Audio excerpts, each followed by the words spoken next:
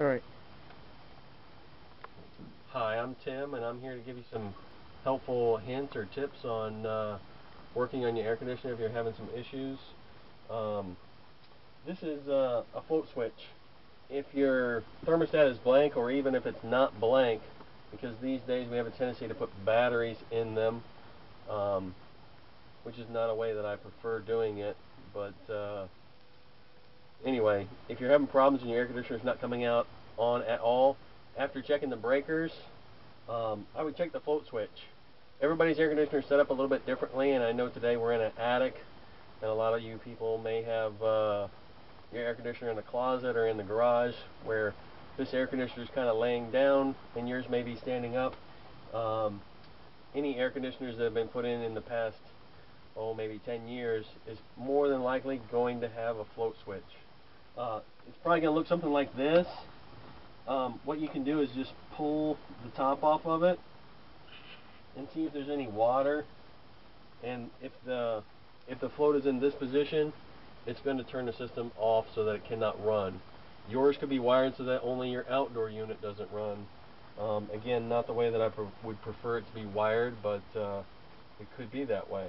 So if you're having a problem, you might want to check your breakers and then check your float switch.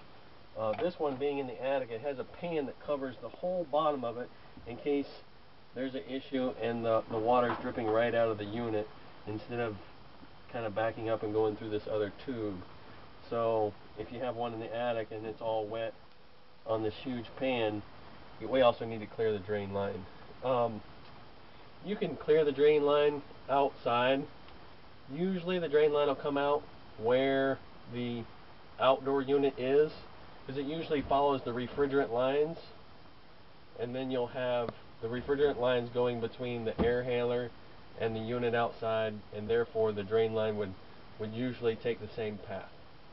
So you can find a PVC tube outside, or pipe, or you might find a what we call a poly pipe, which is a black, flexible, almost a hose-like drain line, and that's where you want to put your drain line around, or your vacuum, your wet, dry vac around, and see if you can suck it out and get it running again. If you have a problem and you need to call us, you can call us at 407-936-6200. We do have technicians available during the day and in the evening and on the weekends.